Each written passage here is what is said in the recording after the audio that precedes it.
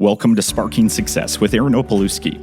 Aaron brings you conversations that spark innovation, cultivate leadership skills, and pave the way for your business success.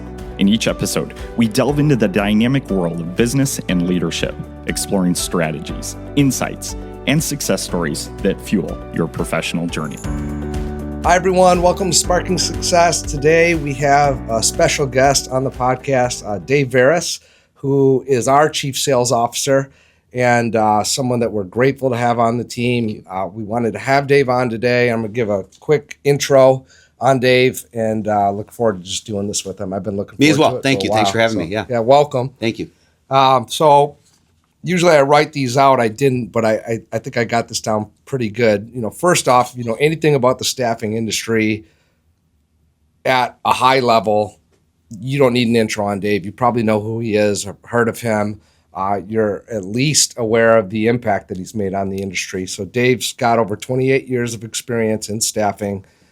Spent most of his career up to this point at Aerotech, Collegiate, and was an integral part of building that organization from a few $100 million to up over at least $10 billion in revenue, and in some of the biggest rooms and biggest conversations that moved that company forward. And he'll be the first one to tell you there was a lot of other people that were involved with that, but he's being humble because he had a huge role in making that happen for the company. He was a big part of that, and big part of moving those meetings and then impacting people to also do that within the company. So that's kind. I'm not worthy of that, but that's very kind words.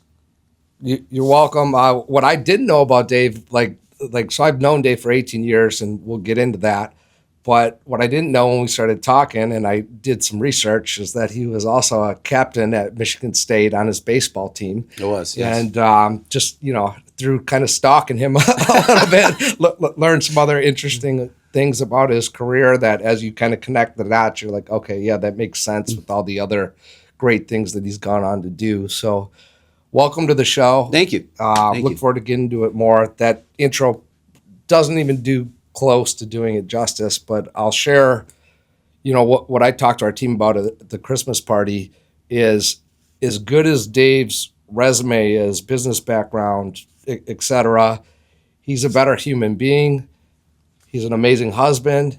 He's an amazing father, family, character, how people are treated, how the impact that he leaves on people, doing things with integrity are what matter to him the most. It shows over everything that he does, and I'm just extremely grateful that he's here to help us grow the company, but really grow the people. We have a lot of young professionals, and they need good examples, and we have one in Dave, and I'm just very grateful for that. So welcome to the show. Thank you. It feels like an obituary. I hope there's a lot more left in there. I do too. Yeah, that's very kind. I really appreciate it. Yeah, you hit it on the head that there's been so many influential people along the way, both prior to work, between my parents and family, and obviously all the people that I was surrounded with at Aerotech, at the company in between Aerotech and here, and then here as well. So yeah, so it's been a fun ride for sure. Well, hopefully we'll get into more of that here. I hope so. Yeah. I wanted to start off just how'd you get into staffing? Like, what's your story, and then walk through your career and how it's kind of culminated up to this point. Sure, I'll try and condense it down, I guess. No, you got as much time as you want. All right, good. Well, so I think like just about everybody in the staffing industry, there was no degree that you could go after in that, and had a real good, close high school friend that was a recruiter in the company. And anytime we'd get together while I was still in college, all he talked about was the culture and how much he loved it and how he thought I'd be a great fit for it. And again, never knew anything about the staffing industry. My family was always in the automotive industry, and you're crazy not to go into the automotive industry. So it was getting into a space that I didn't understand. Went through the interview process, was hoping, thinking, praying that I was going to get drafted, and that never happened. You're saying in baseball? In baseball, yeah. I'm sorry. Yeah. So, and through the interview process, the thing that I really liked most about the interview, and it was just a core tenet in the company, was the interview was all about family and character. And any of the other interviews that I went through at that time, way back in the 1900s. It was more about just, process and, other, I think, more traditional interviewing processes. And that just didn't do much for me. So that was one of the things I think that really turned me onto the company. And then ironically, I accepted the job and still had no clue what the industry was and what we did. I was on the plane and landed in Baltimore and still had no clue on what we did. And I think we all felt that way. Same, in a classroom of however many people were in there. And so the neat thing was it was less about the industry. It was more about the quality of character, the work ethic, hey, we're going to figure it out. We're going to conquer the world type thing. Mm-hmm. And that was the thing I was drawn to. It felt very similar to, the standards and characteristics that my parents raised me on and what was reinforced from all my coaches all through college. So it just felt like a good natural fit, and it just kind of morphed from there. And starting like most of the careers, at least at Aerotech and Allegis, where you start as a recruiter, you work your way up to different things. And really there was only a handful of roles. And while I was good at some things, I think I would have been a pretty decent office manager, but that wasn't my thing. And at that point we were starting a national sales program, and that felt like it was right in my sweet spot. And I was blessed enough that was the role that I was picked to move into, and was the first one to really kind of start it, at least in that operating company at the time. And it just totally started to take off. We started to see some real good success early, landing a couple big accounts that made a significant impact on the company, and just started to get trusted with more and more things, to where it was, hey, you did good there. We need to go figure this out. Let's get into this industry, or let's dive in. And that was something that I value very highly is, man, when I'm trusted with something, I take it to heart. And it was a no-fail option. It was, no matter what we're going to do, we need to break into these companies. We need to do it. So it was, with each step of the way, God's hand was on it all the way through. And it was very impactful in terms of not just what we were able to accomplish, but so many of the people that I had the opportunity to work around and work with, mm-hmm. that we just kind of kept reinforcing. And it was the competitive nature of, oh yeah, you landed that account, I'm going to go one bigger and I'm going to do this. And that's the part that just made it a lot of fun. So it was a very entrepreneurial time in the company. Yep. A lot of success, a lot of internal competitiveness outside of anything that was going on in industry. It was mm-hmm. like, nah, so-and-so, this company, yeah, they're the biggest. It doesn't matter. We're going to be better type thing. So if there's a common thread through all of that, it was in being fortunate enough to see some success in certain areas. Mm-hmm. Kind of, one, I think I did a decent job of connecting the dots in terms of how I could do it again. And then was asked to go like from automotive into defense. And then again, it was just a good series of events where a lot of good luck, but I think a lot of different ways we were able to connect the dots for the client, work a lot of things internally.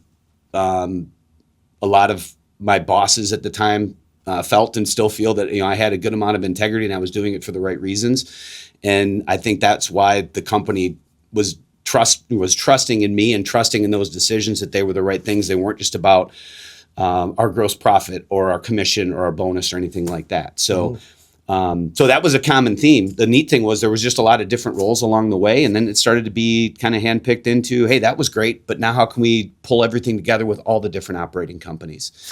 And then I think as my time started to run down there, and I was then fortunate enough to be in a situation where I could retire and walk away, the company became very large, and mm-hmm. that's not a bad thing, because again, that's an understatement. Yeah. Well, I grew up with everybody in there, and I think that I always liken it that I was a better wartime general than a peacetime general. Like that entrepreneurial side of, all right, let's go. Put mm-hmm. me in something that needs to get done, and I'll get it done. And then when it came to, man, we're this big behemoth. Not that stuff's not needed, because again, awesome company, love the people there. It has nothing to do with all that. I think my skills just didn't fit in, and it was an awesome time where, again, I was blessed enough to be able to hang it up and go pursue my other passion, which was baseball, and was fortunate enough to be able to go and coach college baseball for a couple years. So when I left, had zero intention on getting back in the industry. It was like, man, that 27 and a half years was an awesome run. Love what it was accomplished. Love bumping into people that I had the chance to work with. And again, had no intention on coming in. Company that I worked with in between kind of I think reinvigorated that fire as far as wanting to get back in it. Great company, like the people, love the people over there. The role that they wanted me to do, it just wasn't a good fit. It wasn't for me. And I don't think I was a good fit for them. And that's okay. Still think very highly of the company, still know a lot of people there.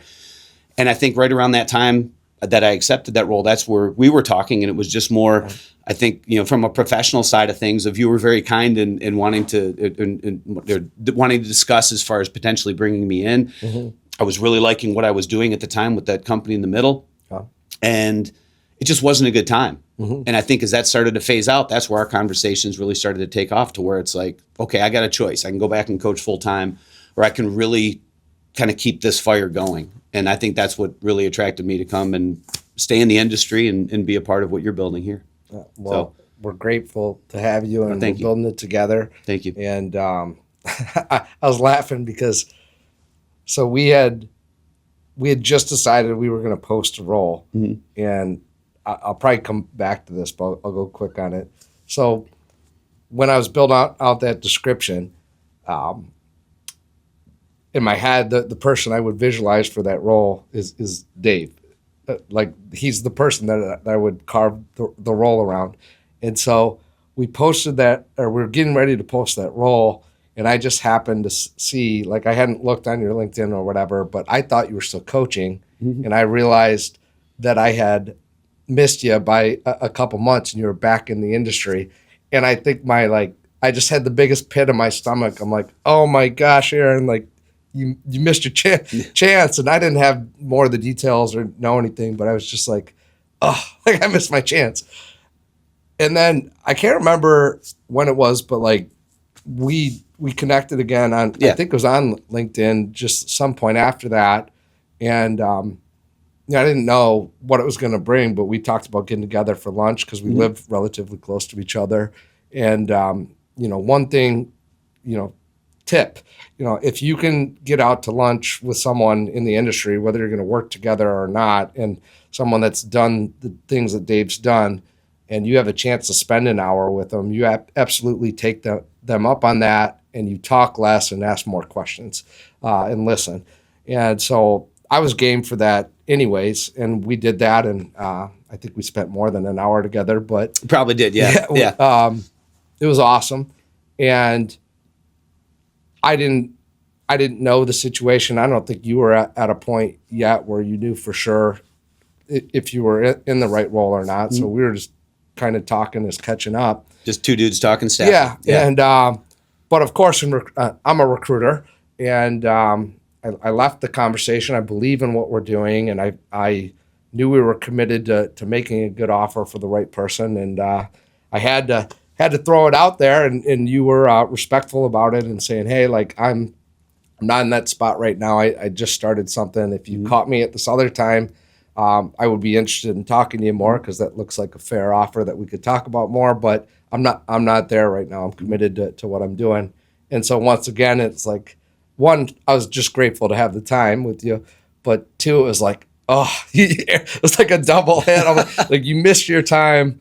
Like, you pride yourself on being detail oriented and like always recruiting and paying attention to timelines. And but I just learned a lot about a bunch of different things within a process of, we always want to be respectful of restrictions and stuff like that, right? No, right on. And in hindsight too, Aaron, I mean, again, enjoyed the conversations, and it wasn't a good time. And I think that with where I was at, just as far as coming out of coaching and jumping in, I don't know if I'd be the same person I am now had I not gone through that with another company of just trying to get back into the game and learning there's a different way of doing things than the way we did it at Aerotech and Allegis. Yeah. As prideful as I am on that, I think I needed to go through that and just kind of, fall back in love with the industry and fall back in love with different things. So again, I think it was very fortuitous as far as how it all played out. So, and that might be the biggest word you hear me use, by the way.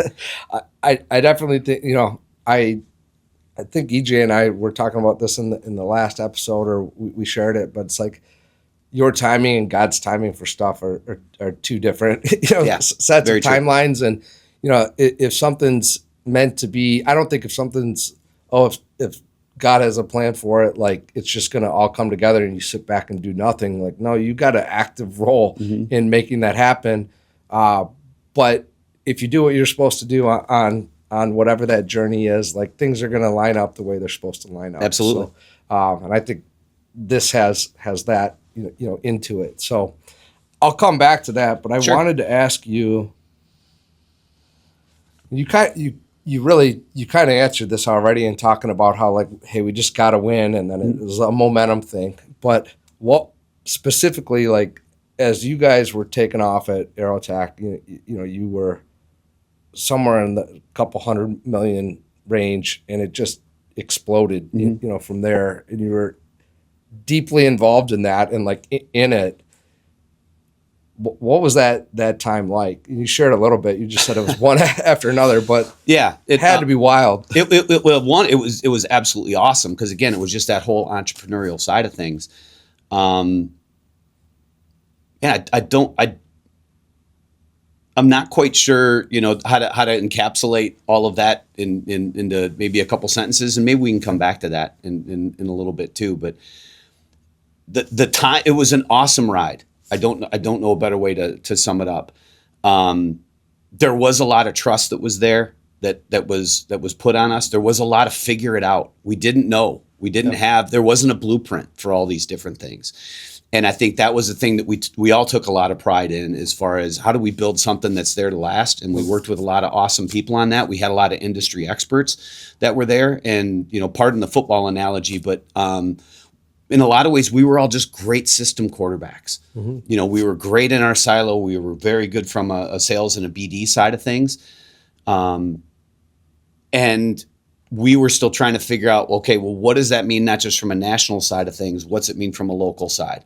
And truly, it was just a defense mechanism as far as how and why national sales was coming in, at least for that division within Allegis Group, because all the behemoths, what Kelly Services or Adecco or Manpower, they were landing these big contracts, and we'd have a lot of people, and they love us, we own the company, and all of a sudden the Manpower bus is rolling up and they've got all the business. Yeah. And it was because they had national sales programs. So again, it was a defense play for us. Yep.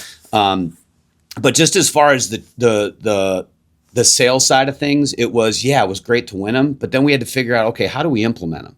And how do we, phase these in from a local side of things? And how do we hit multiple locations? Sounds familiar. Yeah, exactly. And we're right in the thick of all that right now. Yeah. So I think that was the really fun part and frustrating part. And any and all of the successes we had were just built on a mountain of failures and struggles and FedExing proposals to clients that that was DHL. It had we had a DHL proposal. We're FedExing a proposal. It's like we didn't even think about stuff like that. We're in our mid-20s. Yeah. Conquering the world, figuring out staffing, and we had all the answers. So there was a lot of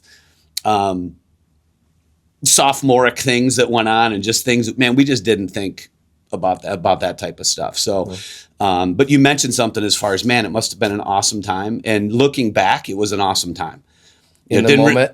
Well, and didn't realize it at the time that those were going to be the good old days. It was, it's well said. And that's something that I think now why I look back so fondly on it and why it's neat to bump into people or talk to former coworkers, and it's like, man, we really did some cool stuff. Yeah, we really did. We got to build that together. So that's where there's that I think puffing of the chest or the pride in it. And then when we all get together, the neat thing is we don't talk about the deals. We don't talk about the meetings. We don't talk about the bosses. We usually talk about all the fun times that we all had. Yeah.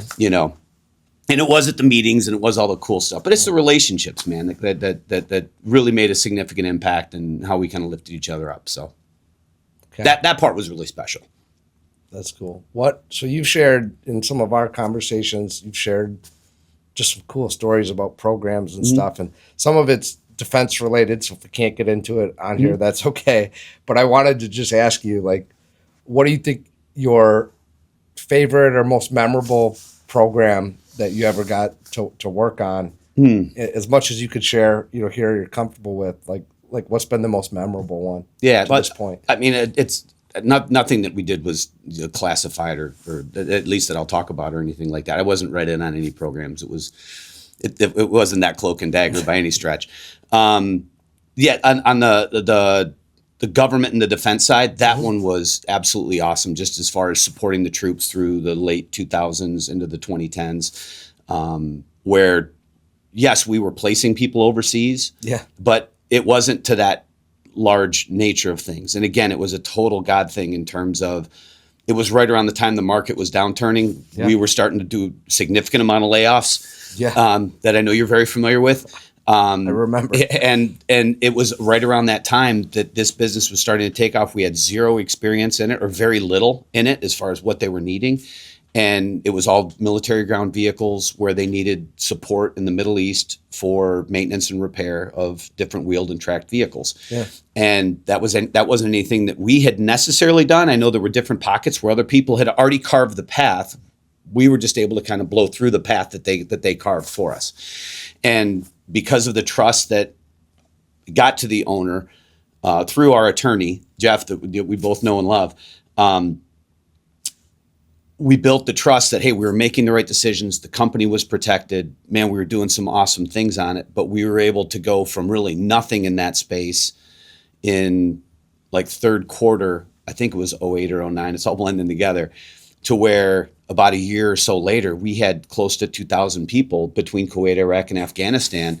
And it was awesome in terms of, the internal support that was built very quickly, how that team kind of rallied around that.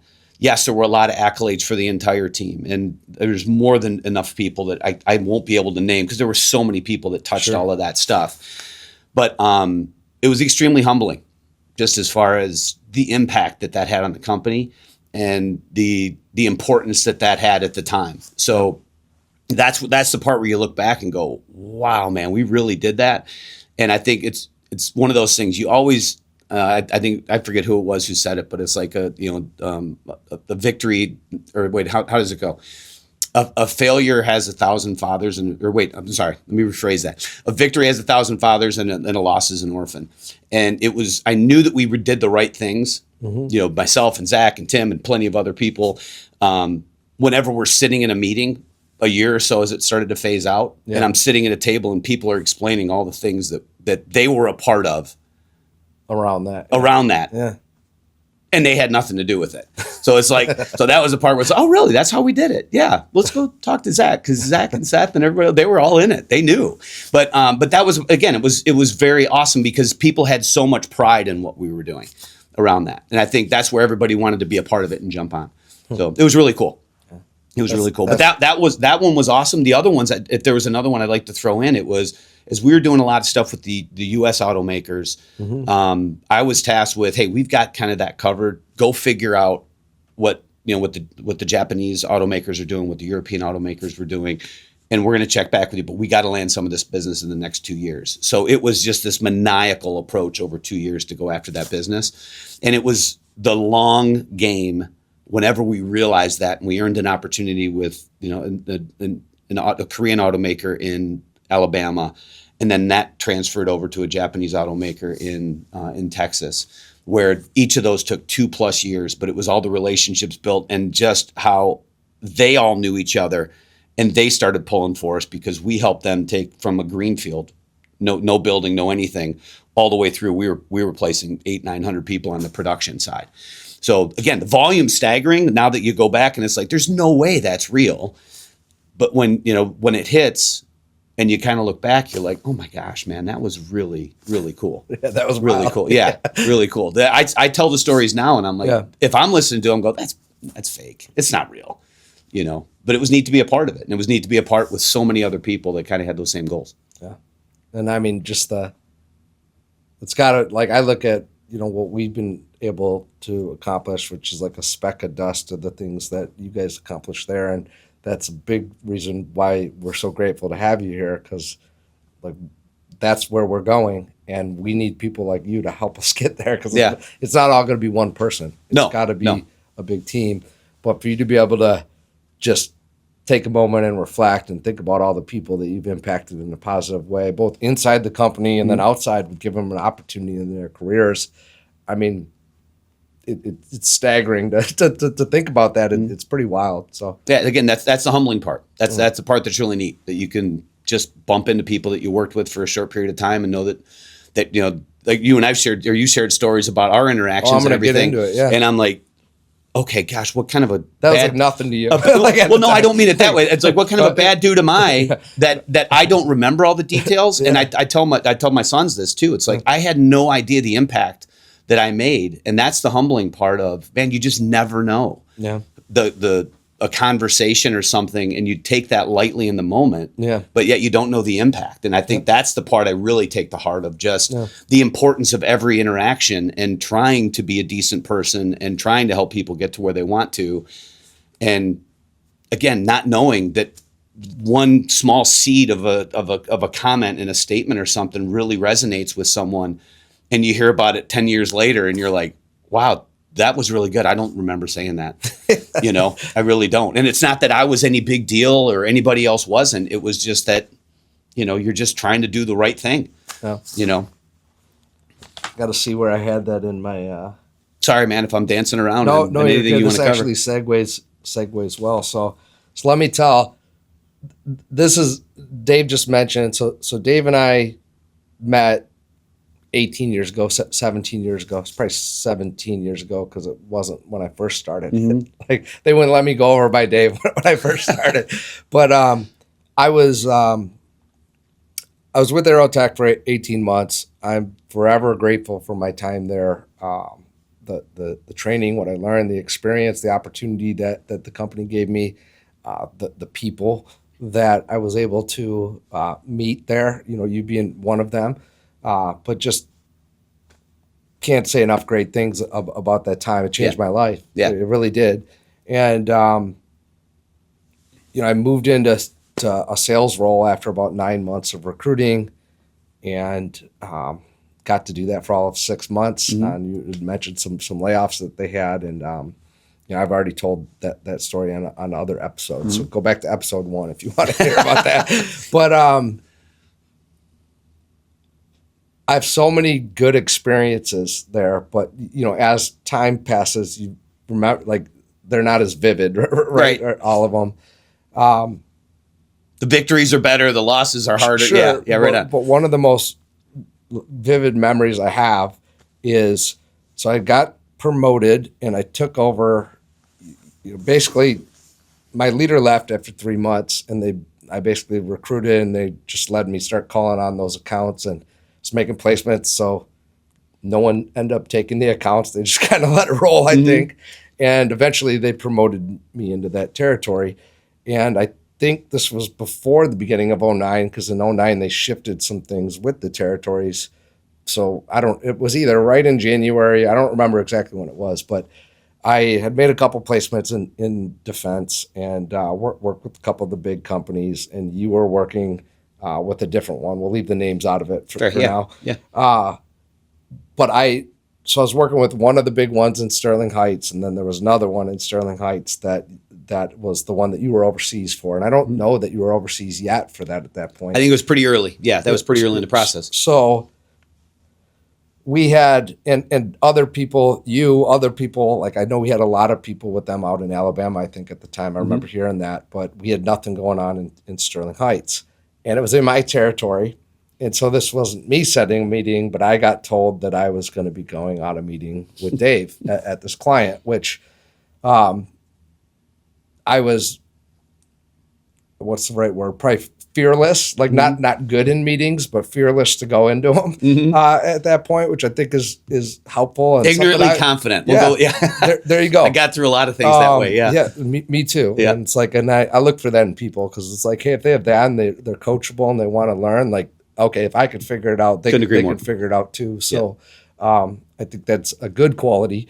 But I remember I get an email or someone tells me I'm going to have this meeting with you, and I'd heard all about, you hear about Dave, but there's about 80 of us in the like pit or the back side of the office, and then Dave sat up at the front in the executive area right next to the leader of the whole location. Is that fair? That's fair. Yeah. And so I remember I had this meeting set, and I had like a day or two to get ready, and I probably didn't prep well. You probably didn't think I prepped well enough for it. But from what I recall, I feel like I tried to prep a lot, but I was nervous. I was excited, but I was nervous. I literally remember walking from my desk up towards your office. But I remember taking the steps, and then there was a receptionist. Like, you guys had your own receptionist, I believe, that let me in. And then I went into your office, and I just remember it being bigger than our offices. And our leader at the time was very good to us as far as giving us good space. Yeah. So I don't recall what we talked about. I definitely recall being nervous, but it was more on how you carried yourself and the confidence you had and how you talked about, we were prepping for this meeting. Mm-hmm. And so we did that, and I just remember how you carried yourself more than anything in it. Then we go out to the meeting, and we met with one of the deputy directors for the location, and who I still am connected with on LinkedIn today. And I think I talked to him like 2 years ago. But anyways, I go to this meeting with Dave. I'm nervous, of course, and I think I said hello, and I might have said hello, goodbye, and maybe like one other word in the meeting. And I probably yelled at you for not saying enough because I just took over. Probably. So Dave definitely ran the meeting. But again, I've gone on thousands of meetings, probably tens of thousands of meetings. I haven't done the math. A lot. Yeah. Tons of meetings.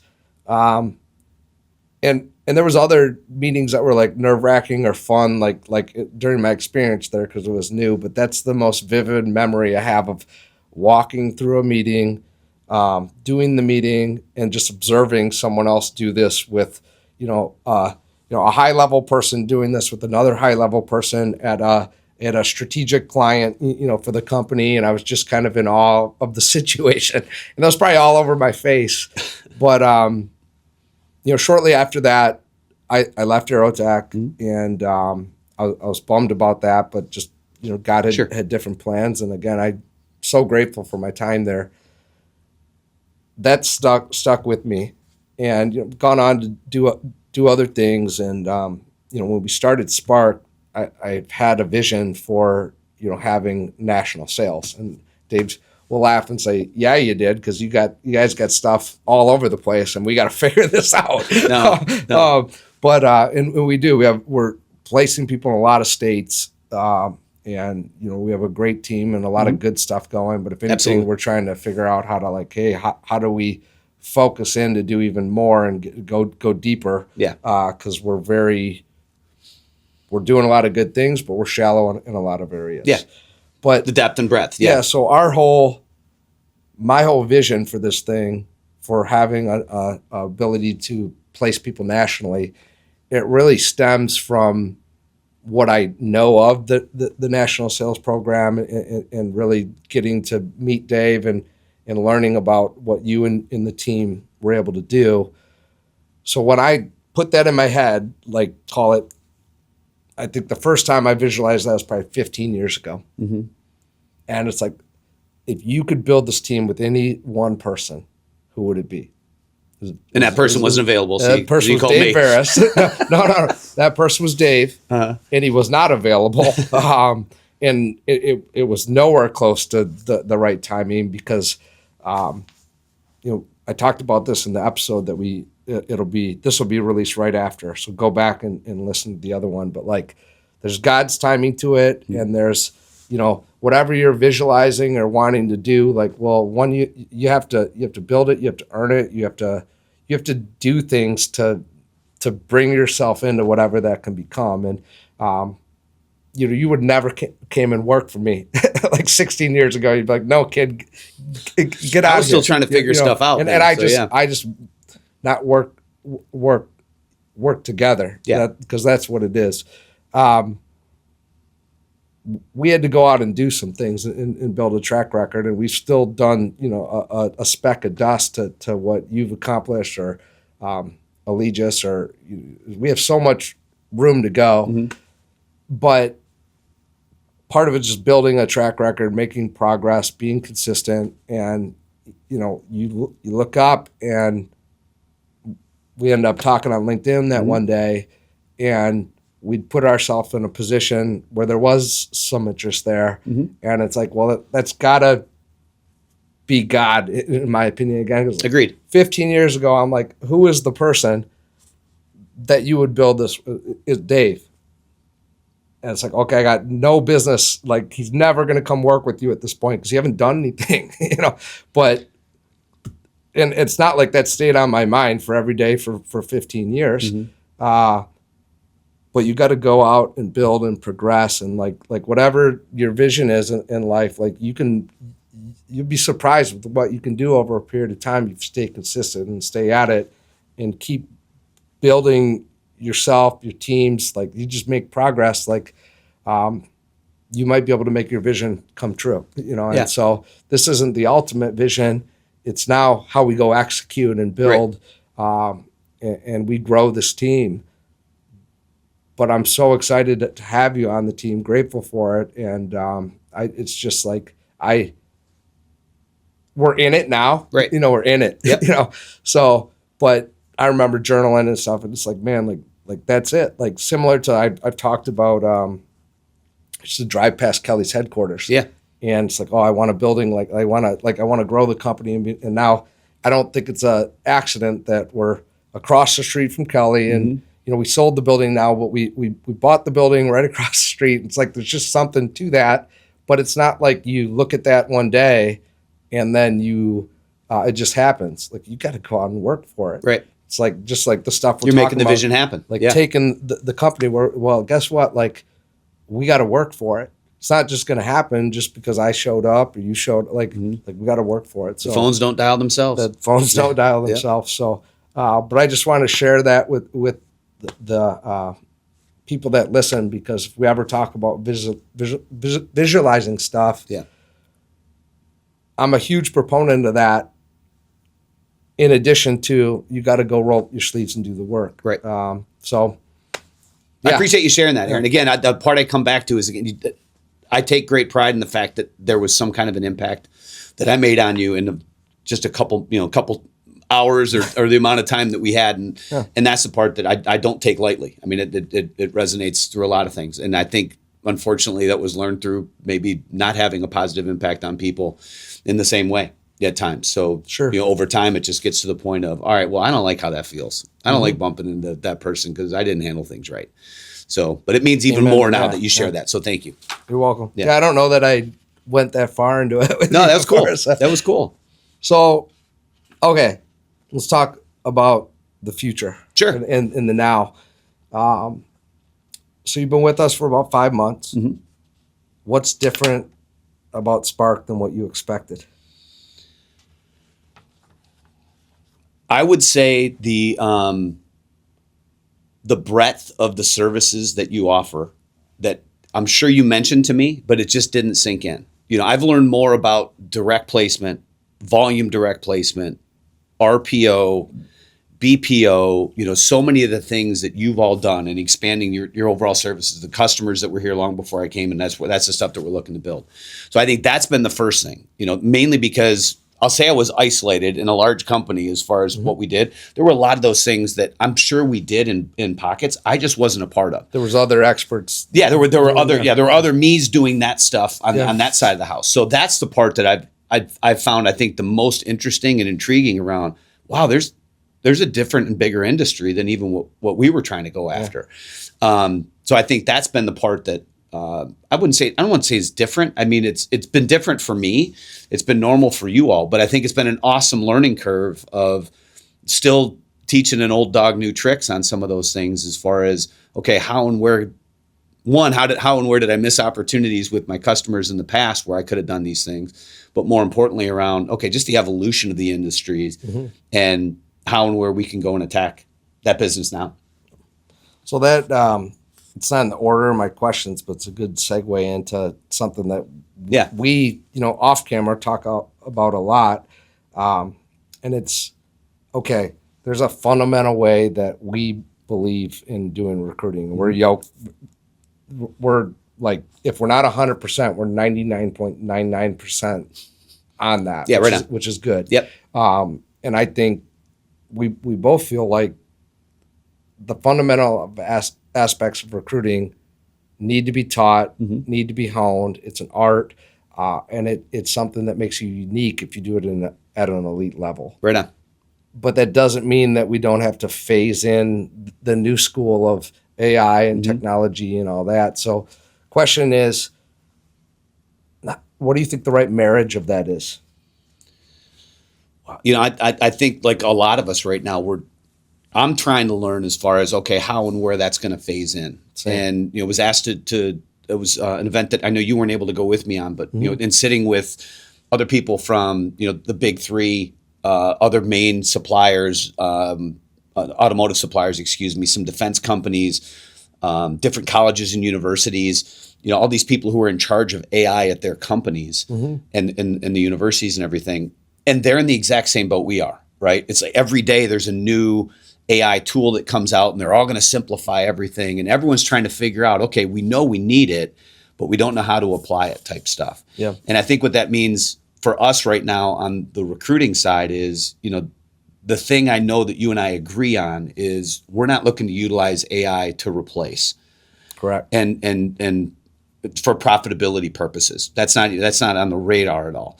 The part that we're looking to replace is what might be some of the mundane tasks that can make our recruiters more efficient. And I think where that kind of marries up is how do we find the things that take a lot of time for the recruiters to do so that they can be very forward facing. They can be very human facing.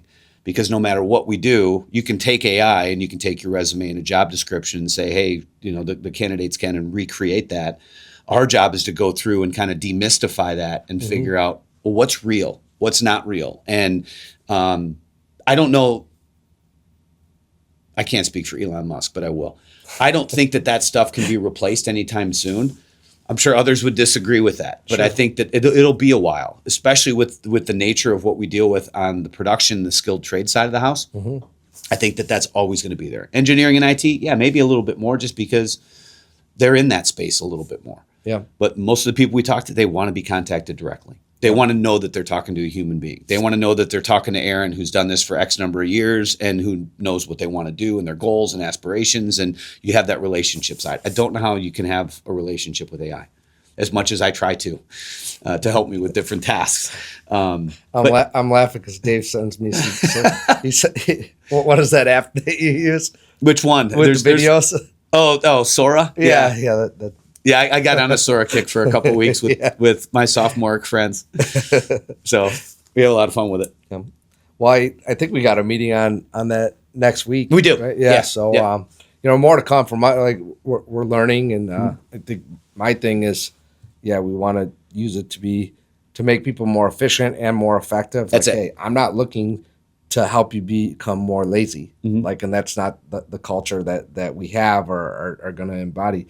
I want you to become more efficient and learn more of the art of recruiting and focus on that and be able to, instead of you having to manually source every resume and scrape every job, and there's there's so many things, right? But so many different tasks. Two examples, man, if we can have your call sheet, boom, ready to go every day. If we have the jobs that you should know about and call on or send some kind of messaging out on, and it's like clockwork every day. Even me that prides myself on being disciplined and I was good at that. And, if I wasn't good at the meetings at first or the cold calls at first, wherever I was at that, what I was good at was doing the process and being rigid about sticking with it. Right. And just not missing. That's why when I said, I realized I missed a window where you were. I'm like, man, because I pride myself on, I'm going to be timing on it. I'm going to be, if this client tells me I have nothing right now, but follow up with me on March 15th. Yeah, that's how I built my career. Yeah, it's not because I was so great at influencing people, or I definitely wasn't great at listening at first. I don't buy that. But I got you. But that's what I was good at right from the beginning. Is that I was going to, one, I trusted the process that I was shown because I had great mentors that set me down. James, being the first one. Sure. Another, my first conversations before I took the job and knew what it was, he gave me here's what a good recruiter does, here's what a not so good recruiter does, be the good recruiter. stuck with Sage me forever. advice, man. Yeah. And so as you move into sales, and it's like, okay, like I'm making 100 calls and 3 of them said they'd meet with me, and that's a decent ratio, not a great one, but but hey, you got some meetings. It's like, man, this is hard to get these meetings. So if I get an opportunity, or if I get it's hard to get this business, especially in 08 or 09. So if I got a window to get something, I gotta be on it, like whenever they tell me, like, and that worked really well over periods of time of like, it wasn't the first call or the first meeting. Sometimes it was years, 14, 15 meetings, 8, 9 years. In some instances now it's like, man, I cold called on that company for years. They never gave me the time of day. And now our rep is in there, and we got a great relationship with them, which is, that's cool. That kind of stuff's cool. Another thing, it's like, their timing, not ours. Yeah. So, but good at that follow up. Well, as much as I pride myself on being good on that, you get this AI right, and never did I take a day off? Did I slip? Did I miss one call? Yeah, I did.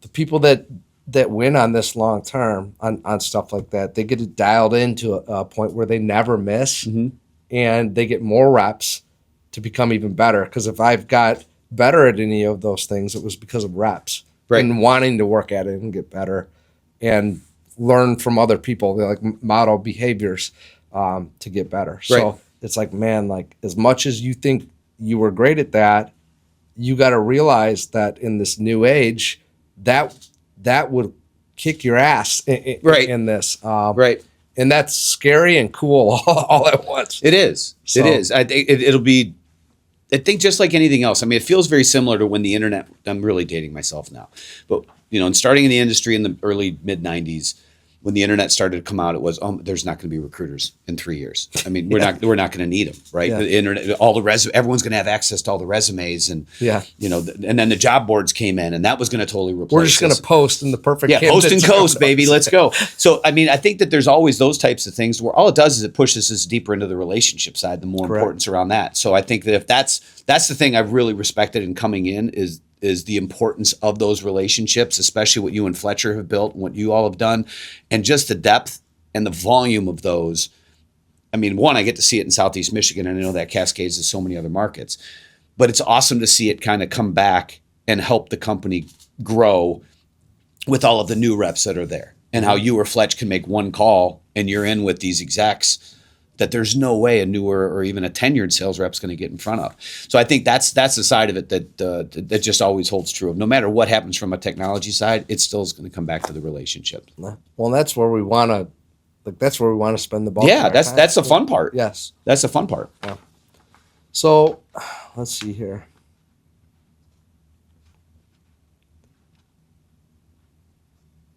So an observation and then a question. So. I knew about your sales skill and ability and all this stuff, and I knew that you have led a lot of, like, I knew it's not like I expected you to not be like good at leading other people or anything like that. But within a week of you working here, like probably less, like it might have been literally like 48 hours. I was like, holy crap! Like what I didn't understand about Dave is how great he is at asking challenging questions to people. Like you asked me great questions, and like in our as we just interactions. Yeah, that's kind but I'm talking about like day to day on the fly in the business, recruiting, sales, operations, like just the whole within everything we do. How you can get into the day to day mix of things, and ask people tough or challenging questions in a non-threatening way. I know that's a skill.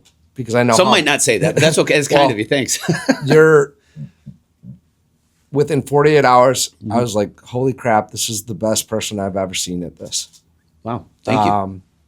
And I know it's been a huge impact on the company already. It's compounding thing. I think you look out over an 18, 24, 36 month period. Like that's where we're really going to see that compounding effort, because it's pouring those questions and those. Where we dig in on stuff, and just the way you do that, like that's, you're getting people thinking, right? And so some of that is then compounding for them over periods of time. So how did you build that skill is the question. Wow, man, I don't know if I attribute it back to anything. The humble side of me says that it's because I don't know a lot. I ask a lot of questions. One, I think I know I'm naturally inquisitive. Two is I know I don't have all the answers. And a leader who used to say this phrase, and I loved it, is, hey, I've got my opinion, you've got your opinion. Collectively, man, we're going to have some really good opinions together. And, I feel that I like to lead the way I like to be led, which is if there's a topic, hey, like if you and I are talking and you bring something, I want to ask questions to find out how you're looking at it. Because that one gives me a different perspective versus me just reacting on the fly and doing things. Yeah. But I want independent think. I want to work around independent thinkers. I want to work with people who've got that depth to them where they've put some time and thought into it. And one, it makes it real easy. If we agree, it's like, hey, that's great. Go get it done. So they've got the confidence that, all right, I'm trusted. Now I can go do it, and I'm empowered to go do it. And I think if I've got that from anywhere, I mean, that was very heavily indoctrinated in our culture early on at Aerotech, where it was, don't bring me a problem, bring me a solution with it. And it just kind of became a visceral response after a while. So no real rhyme or reason to it. I mean, but again, I ask a lot of questions if there's a strategy or tactic behind this. A lot of times it's because, all right, I don't know necessarily what he means by that. So it buys me a little bit of time. So life hack on that one. But it honestly does. I mean, I do it with my boys, my wife, Erin, and I. They know, they ask the questions. Well, what do you think? So I honestly, I find it very cathartic as far as, all right, now, if it was your decision and you brought that up, or you brought a solution to it, and I agree with it, now you own it and let's go. So very common in our culture for a long time. Well, you're great at it. One, thank you. Two, it's like that's something. I look back now and like, man, I was really not good at this for early periods of my career, and I know that I've got better at it, like through working at it. And that's why, and I also knew, like, because we've added 3 executives to the team over the last year. And I think our team, like Fletch and some other people on the team, as I've got better at that, it's not about me, but just like, it's not about me, but I do think that this is going to follow leadership, right? So as I've got a little bit better, put some intention around trying to get better around asking questions, not giving all the answers, not like needing to come up with every solution, and really then like also not bailing people out and just doing it for them, right? Like I struggle with that so much, and I've improved a lot, and Fletch and the team's improved a lot, but I knew we have so much farther to go, and that's part of why we need other people with experiences. And like the culture has, and the culture has a long way we've come a long way on that, but there's so much more. Well, and hey, Aaron, show yourself a lot of grace on that too. I think that's something where, in being in I'll say a larger company, it's easy to ask a lot of questions on it because every position, every rec, every opportunity isn't life or death. I mean, if I remember right, early on, it was still a good sized company, a very large company, a couple $100 million. I think it was 300 when I got there. I know the leadership before that. It was, here's what you need to go do it, and it was very task oriented because it's survival mode. Yeah. You have to do that. And then I think I was maybe a good person at a good time because I was very much into it. Well, okay, I know the why.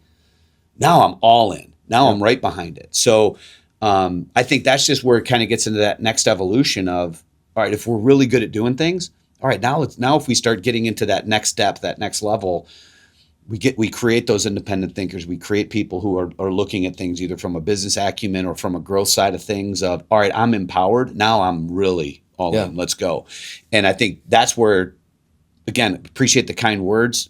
I hope that it's at the right time and I do it in the right way to where people don't feel like, man, this guy doesn't know anything. He never gives me an answer, as much as it is, no, he trusts me and he really wants to know what I think. Yeah. And it's a delicate balance, because I still fail at that a lot. I still jump at a conclusion and those types of things, but still learning after all these years. Well, I'm definitely learning from you on it, and I know other people are as well. And it's a needed progression in our culture and company. So it was a benefit that I knew we were going to get some of that, but I didn't realize.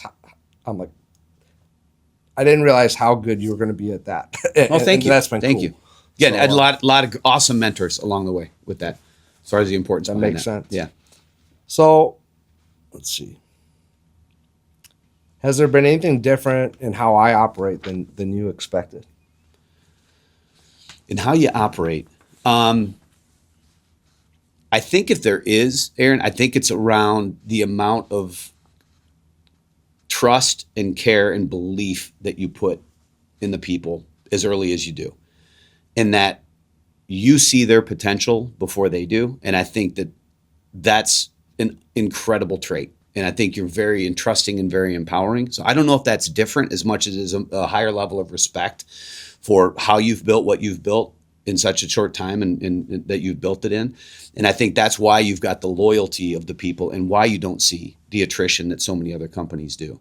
So now I wouldn't say it's different as much as it is just a higher value of respect. I do see how much time you spend on, the finance side and all of the different things that you and Anna have going and everything, and I'm just mesmerized by it. By the end of the day when I get home, I'm just done. And I'm still getting texts from you or emails from you at midnight. And I'm like, does he have a twin brother? Does this dude ever sleep? Shoot those to me at 6 a.m. Yeah. So. I go to bed early, man. I'm not cut out. I get up early, but yeah, I mean, I think that's just something. There's just a lot of respect for that, Aaron, as far as what you've built, what you and Fletch have built together, the quality and character of people that you have around here. I mean, that's the stuff that I find most empowering. That's the stuff that does have me get up, want to be here early, want to make sure that they see me before, as soon as they walk in the door. That's why I sit where I do in the conference room, because everybody has to walk by there. It's intentional, because I want them to know that even in my 50s, man, one, I still have the energy, but two, I'm committed. I'm here, that, and I have a hard time sleeping anyway. So, but no, I really want the people to know that, hey, we're all in this together. And I love just those brief interactions when someone walks in and they tell me a story about what they did last night with their spouse, or just some fun things like that, because it gives me a chance to get to know them too, and just the one-off type conversations. So, but yeah, I know I kind of veered off a little bit on a tangent with that, Aaron, but no, I mean, I wouldn't say anything that'd be different as much as the depth of the quality of the decisions and the timing in which you go about it. Yeah. So. Well, I appreciate that, and then within that there's areas with that where, if I'd probably make some mistakes on that at times, and there's things to improve within that too. So always, I agree. Continue to work on it. Well, let's see here. So company wise, and there's a lot. There's not one answer, but if we're going to go out and achieve the mission of creating 100,000 opportunities a year, I mean, the way the market is going, and back to the AI and margin per opportunity, I mean, that's going to move into the multiple billions of dollars in revenue. We are at about 4,000 opportunities a year, give or take. That's been like our high point. So we're 4% of the way there. So we got a long way to go. And we've shared that before, but we got a long way to go. So there's a lot of things to work on. But you've done that along with a bunch of other people. But you were integral. The sentence in a big book. Yeah. And so more than that, it was at least a chapter. What do you see that we really need to progress on to continue down the track of moving towards that mission and ultimately executing it? I guess if I had to pin it down to one or two things, it's going to be getting the volume, a number of people that we need in here to create those opportunities. And then I think from there, it's just creating a higher volume of opportunities. And I think the growth strategy that you and Fletch have put in place in terms of, we're doing a great job on the direct placement side and so many different programs there. We're going to continue to grow that while we go after all of the contract stuff. I think that's going to create it. And that's with the volume. We just need more quality, high character, work ethic generated people that, are in this to want to grow something. So we'll take 30 right now. Yeah. Yeah, at least. Yeah. And I think with some of the growth with some of the new locations that are going to be popping up, and there's just so many different opportunities. And I think that, there's a lot of contacts that we all have, and I think it's starting to catch a pretty good buzz as far as, what you've built and people want to be a part of it. And I think that's the side where it's almost like we need to slow down in terms of, all right, it's not just bringing people in, it's bringing the right people in. That's right. Because that's where things could get derailed. But the awesome thing is, man, like the last few recruiting classes that we've had have been so phenomenal. Yeah. And they've jumped in so quick, and our training team's doing an amazing job. And that's the part that I get real empowered by. And I think that just fuels why, people in industry, not just with, previous companies that we've worked with, but just in industry as a whole, they look at what we're doing and go, man, there's just something special going on over there. And that's the part that, again, I'm very proud to be a part of, and it's going to be awesome to see where this is. I hope my heart's still ticking in 10 years whenever this is really humming. I hope so too. Yeah. So powered by Diet Mountain Dew, I'll be there. Yeah. And you're absolutely right. I mean, you've acknowledged Fletch a couple times. Like, absolutely been part of building. He's amazing. Like, One of the smartest dudes I've ever been around. Yeah. But now we're all building it. Yeah. Like absolutely. Like we're building this together, and that was well said. Yeah. Well, thanks. So let's see here.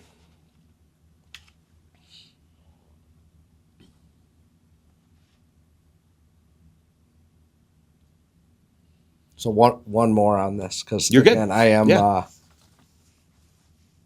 I'm not big on copying people, because I believe like everyone's got God-given gifts and they're unique, and you should lean into that, and you should be yourself. Like, you should never try and completely be someone else, but it's good to model people. Agreed. And even though I've never met them, and I know of them, I just watched a press conference of Steve yesterday, but I try and model. I want to learn and model Jim and Steve out of nothing but respect for what they were able to build, and knowing it's not just them. They were able to attract enough great people to change an industry, and I have nothing but respect for that. So. Me as well. Yeah. Another thing, and I know that because you've shared that with me, and it's just another thing I respect about you is how highly you talk about them, how you talk about other people that deserve respect and acknowledgement.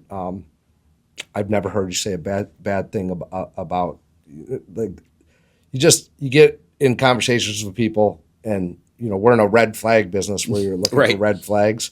And just the way you acknowledge and respect people is commendable, and something that I really knew of you because of how well everyone talks about you. But to see that like live, it's like, man, this is why Dave's Dave.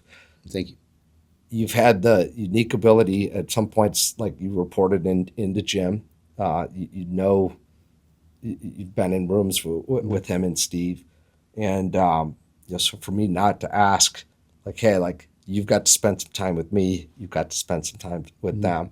I would, even though I've never talked to them, I still look at them as kind of like heroes to me, in some aspects. Sure. So I want to ask you, what do I have to do? What do I have to improve on to be able to go out and get to our mission of creating 100,000 opportunities and go do something of substance that is in the same ballpark of them? And I'll leave it at that, because I'm competitive as we can be. So if we can get there, I already know the next thing is going to be looking around the room and saying, okay, guys and girls, we want to sell this thing, or do we want to try and go after being the best in the world? Right. But we got a long way to go. And there's a lot of stuff in between there too. There's a lot of stuff in between there. So, here's where we're at, call it 4,000 opportunities. If we're going to create 100,000 opportunities, what did you see in them that I need to improve on to be in a spot to push us down that line? I don't know that I'm qualified enough to speak about Steve and Jim directly. I mean, again, was fortunate enough to be, I'll say, in the room with them. We've spent more time here than I probably have, with either of them Sure. all that time. So that was more of a generational thing where, the guys and gals that got in, maybe a couple years before me, that's where those two were much more hands-on. Where I was fortunate enough to work very closely with Jim was with some of, or at least he was aware of and very involved with what we were doing in the Middle East with that stuff. And then was selected along with one other person on the IT side to help connect the dots between all the operating companies. So that's where Jim had his hands on it through Mike and Andy. So yes, he was in those meetings, or he'd be in those meetings and he'd ask what's going on, and was helpful and influential because he's very highly regarded and very well known in a lot of industries. As far as what you could take away from that, I wasn't in the rooms to know how they were making a lot of the decisions, but there is so many things that you're already doing that are very similar to what they did that really fueled from my side, from being on the office side, that really fueled the engine of the growth. And, like if it was on, I'll say Steve's side, and again, we'd be in a huge room with 300 people, but when he's going through these impassioned, very deep and meaningful conversations about the importance of character and how much that influenced him from a personal side of things. And he's sharing the depth of that.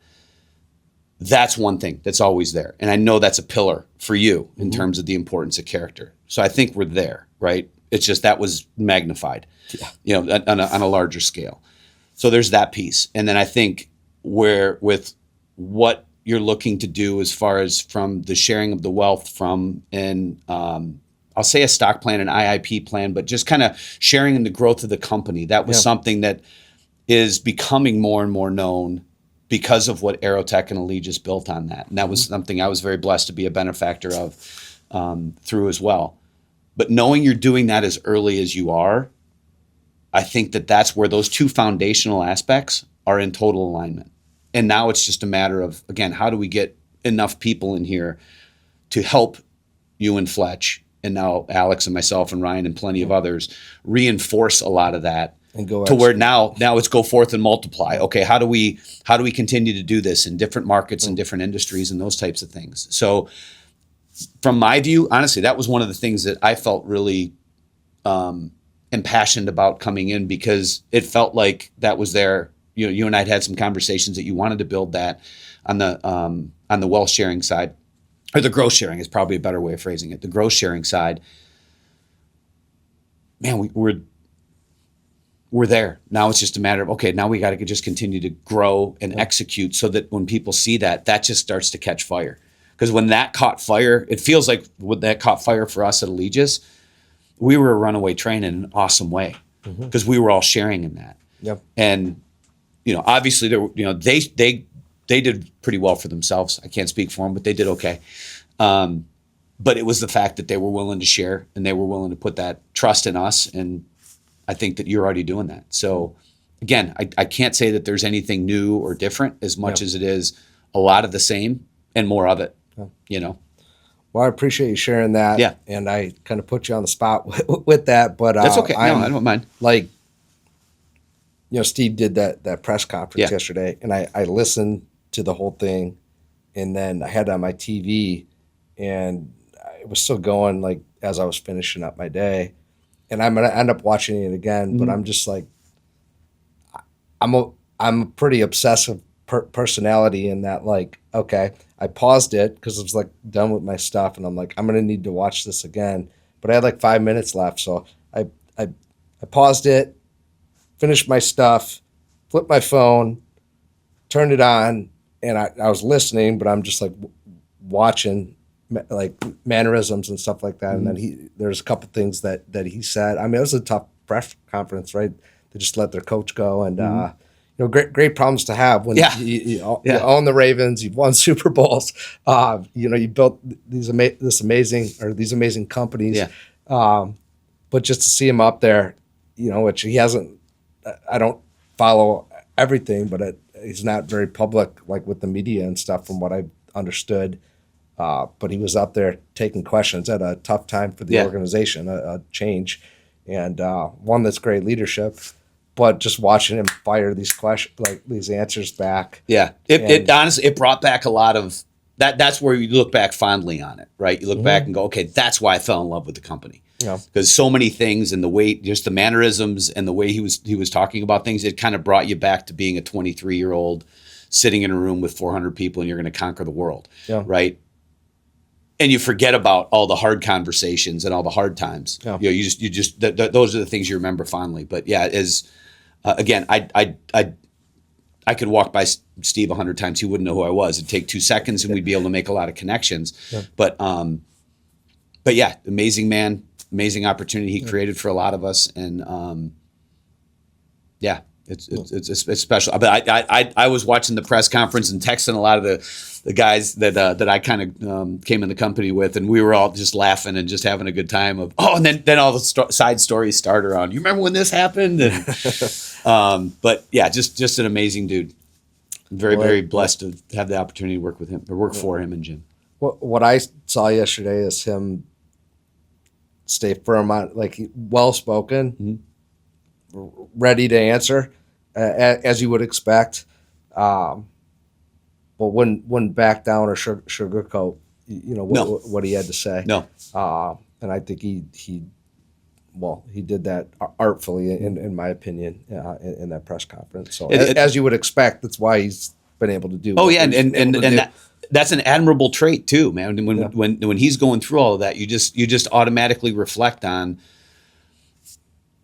even the previous company I work with too. The awesome thing, or the thing that makes companies awesome, right, is when they're just uncompromising on their values and what they want to do, right? And unfortunately, or fortunately for us, man, that just really started to condense down the number of people that were there, where you had to have a certain similar characteristic or a certain level of characteristics in order to stay there longer, or just at least persevere one more day. Yeah. That's all that it was. There were so many people like yourself and others who were there, awesome, high character people who we lost for whatever reason. And they've gone on to do some incredible things. So the good thing was so many people came in. It was just, hey, maybe it wasn't a good fit. Maybe it was bad timing, anything else. But I don't feel that I'm any better than anybody who didn't last 27, 28 years, as much as it was, all right, I got maybe a little luckier, maybe created a little bit more luck, maybe was in a different room, but just persevered one more day. And I think that's the stuff that I reflected on in watching that press conference and just those types of things of, how the heck did I ever make it out of there? Really. So he just reminds me a lot of my dad, as far as just that, hey, this is the way that it is. Yeah. That's it. So I was kind of attracted to it. So that makes sense. Yeah. Well, thanks for sharing. Yeah.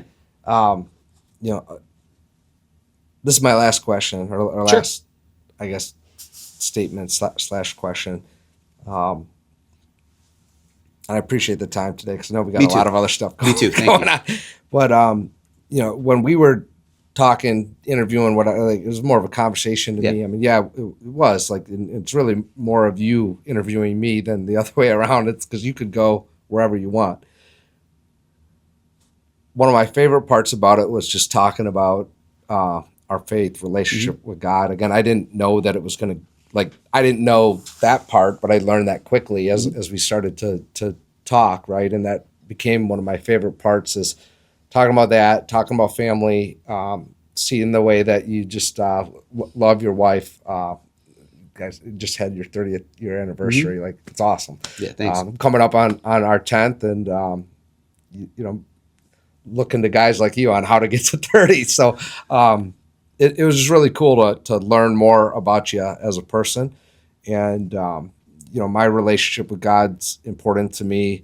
As well, yeah. Some people may roll their eyes at this. I don't really care. It's just what I believe is that, he's put us in a position with Spark to where, that's a platform for me to talk about my faith, and just in everyday conversations, have it come up, and not in a super preachy way, just like when people are asking me questions, or, we're going through things on a setting like this, right? And you're talking about well, what's part of that? Well, just, hey, my relationship with God's a part of that. So am I going to dilute what it is, or am I going to tell the truth when someone asks me a question? And that just naturally pulls into whether that's witnessing or just getting to share some of that stuff. And, I don't know how much of an impact it makes on people. And what I hope is that it does. And, Same. Yeah. 18 years from now, someone will come up to me and tell me that. Yeah. And I say that knowing that I don't always set a perfect example of fall what it looks short like, of the grace, because I make mistakes on it every day.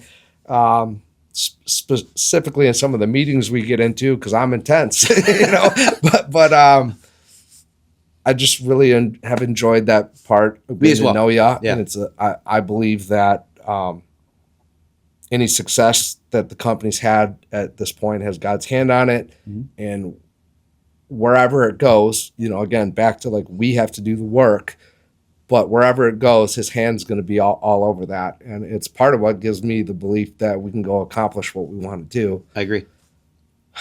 Well, how do you incorporate your relationship with God or faith into just how you approach your work? That's the question.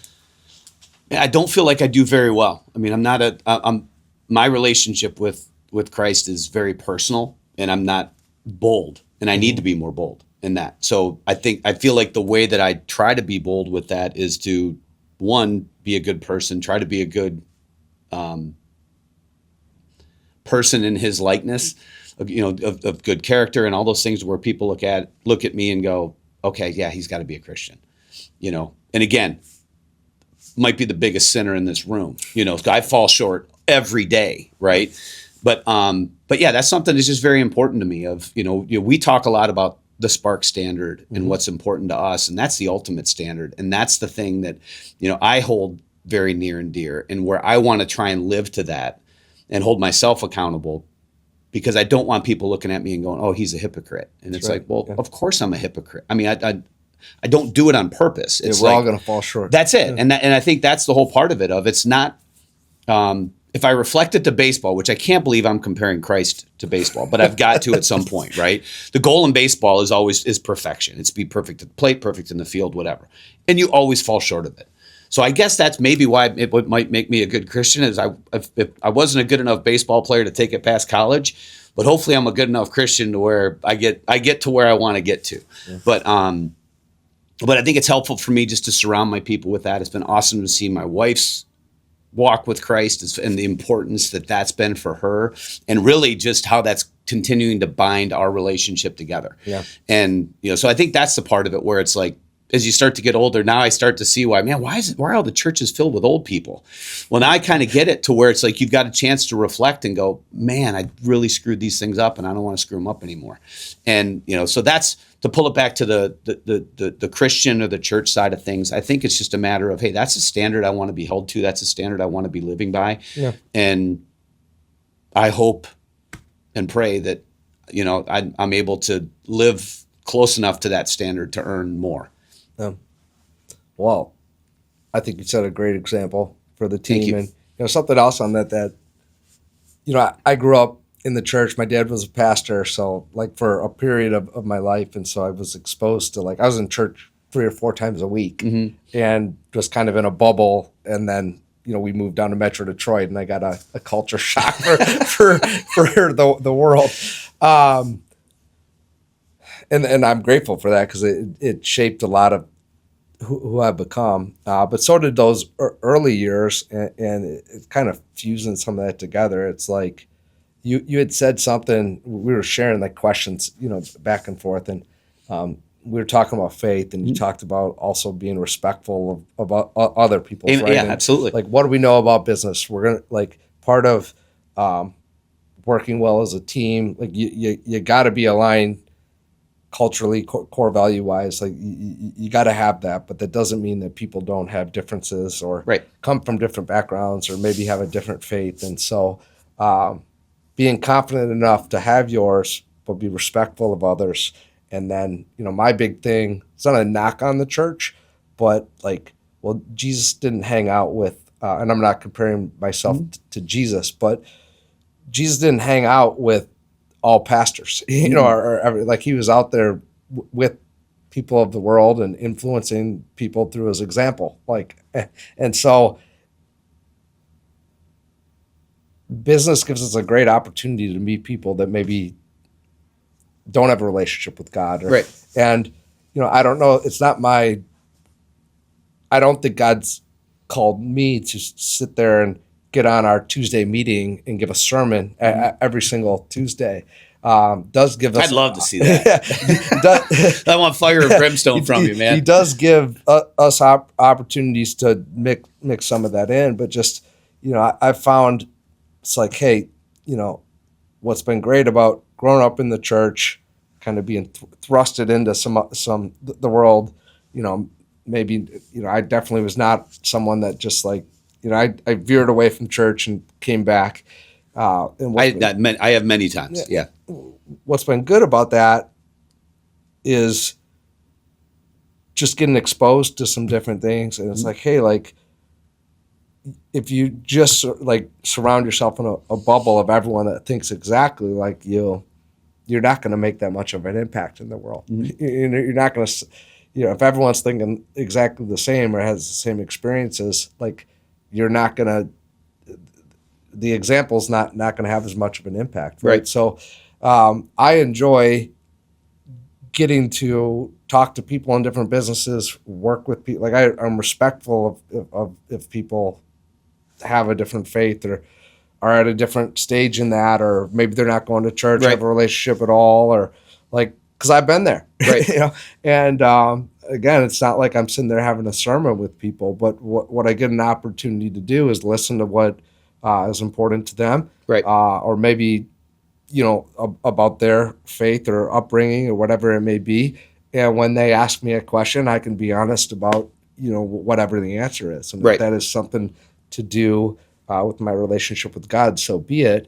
And I don't know that that's created a bunch more believers in Christ at this point. Maybe it has, but I just feel like, hey, that if you asked me when we met 18 years ago, I'd say, oh, I'm staffing has nothing to do with like talking to people about God. But now I just look at it, it's like, well, this is what God's put me in a position to do is just naturally be able to talk about Him and my relationship with Him.